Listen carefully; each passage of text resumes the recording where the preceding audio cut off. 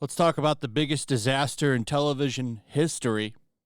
That would, of course, be Mindy Kaling's show, which has seen its Rotten Tomatoes score drop to 42% among critics, which is not good. I'm willing to bet by the end of this run, and I think we only have about 2 more weeks left. Let's take a look at the episode count here. So I think right now we are on part 6. Yeah, 2 more weeks. So this week we'll get Fogfest and a Velma in the Woods, and then the week after that we'll get 9 and 10, which is Family Woman and the brains of the operation. And then I don't know if we're going to get a season 2 or not. Boy, that sure would be fun to watch, though, because I think that this 42% will drop into the 30s by the end of this series run, because each week the show manages to find ways to get worse and worse. I can't see this rising back up. Like they're going to turn it around here in the last 2 weeks. So I think you could see that score fall into the 30s. I don't think you're going to see the audience score drop anymore. I think that's locked. I don't think they're going to let that move. I think that's locked up. And they've done that before, so no one's going to be shocked by that. But Mindy Kaling did an interview with The Wrap, giving us some insight into what was going on with this show and how they admit Warner didn't care. Now, this would be pre-Zaslav days. This is before Discovery came in. It's an animated series. So this was probably pitched 2 years ago. That would be my guess. Then they started working on it. They probably started animating it about a year and a half ago. And, now we have the product that you see. So that's my guess. About 2 years ago is when this was pitched. And there was no pushback, just excitement. This is how stupid people in Hollywood are. Like they got this pitch and they thought, well, that's... sounds like a great show. I think this is awesome. No pushback at all. At all on this show. Which isn't surprising, but it's still fun to hear about. Velma star Mindy Kaling and creator Charlie Grandy got no pushback on R-rated Scooby Doo. It was just excitement. Imagine being excited for this show. See, the people who greenlit this show should be fired. And the problem with Hollywood, as we've talked about many times, is the fact that these people fail upwards. So these people that greenlight trash like this, they get hired to other studios at a higher position, probably with more pay. They reward failure in Hollywood. You fail upwards.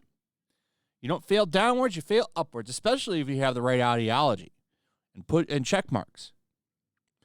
So let's take a look at this. How did the show come about? Charlie Grandy. Mindy and I both moved to Warner Brothers at the same time, and she'd been thinking about doing some animation and was looking over the catalog of characters. It's like, oh, I've always related to Velma as the sort of unsung hero who does all the work but gets none of the credit.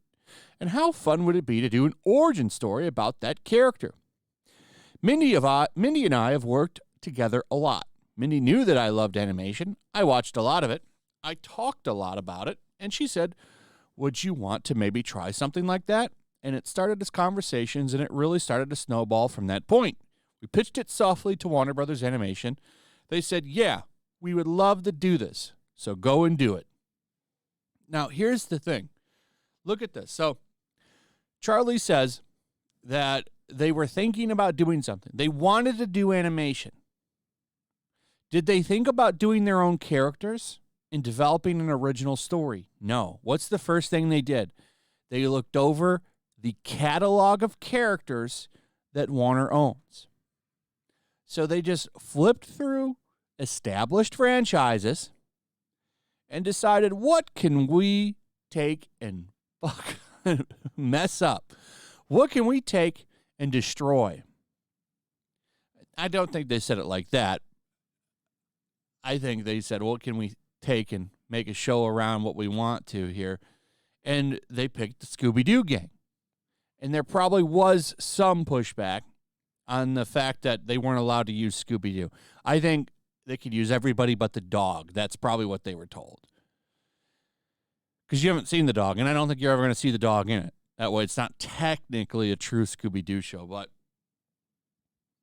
my point is that before they even started pitching ideas, they took the characters and then decided to work around that.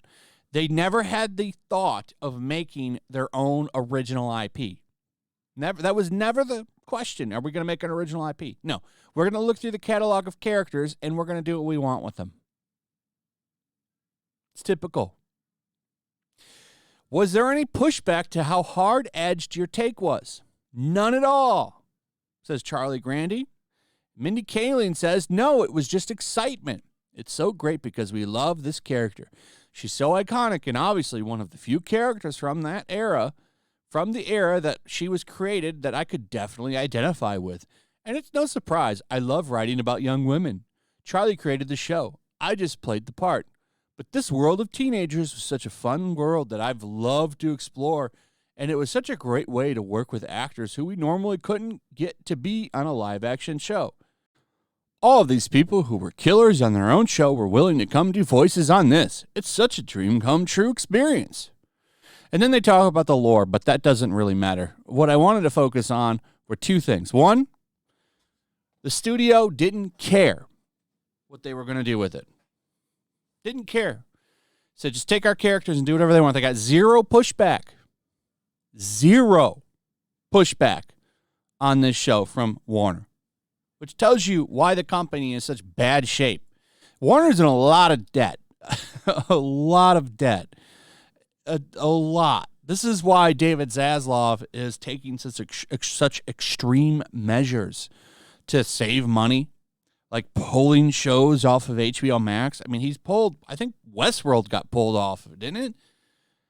A lot of stuff have gotten pulled from HBO Max and kicked off to the side. They're licensing characters, doing a lot of stuff that seems kind of desperate.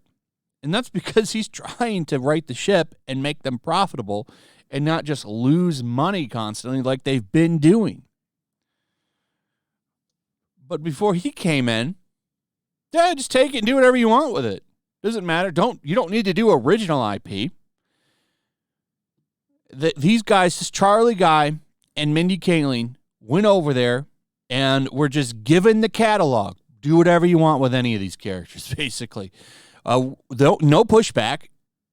You can do whatever you want. Here's our catalog. So they just flipped through the catalog of characters. Who can we use for a show? Never did they think, here's an opportunity for me to create my own IP. Nope. Let's just screw up Scooby Doo instead. Anyway, that's pretty much it. Let me know what you guys think about all of this in the comments below. Also, if you would please like, subscribe, share the video. Make sure you're still subscribed. Hit that notification bell. Check out my Rumble and Locals, and I will see you on the next one. Peace. Make sure to check out my Locals. There's a link in the description. It's a fun community that I'm trying to build over here. If you don't want to support me on YouTube, you can come over here. None of that money goes to YouTube. You also can just come over here for free. But if you are a supporter over here, I do plan on doing an extra live stream once a month and throwing links to the supporters so you can actually come on and have a supporter live stream with me. Also, it's a good place to catch all of my content. You don't have to worry about notifications like YouTube. They'll definitely work over here. So come check out my Locals.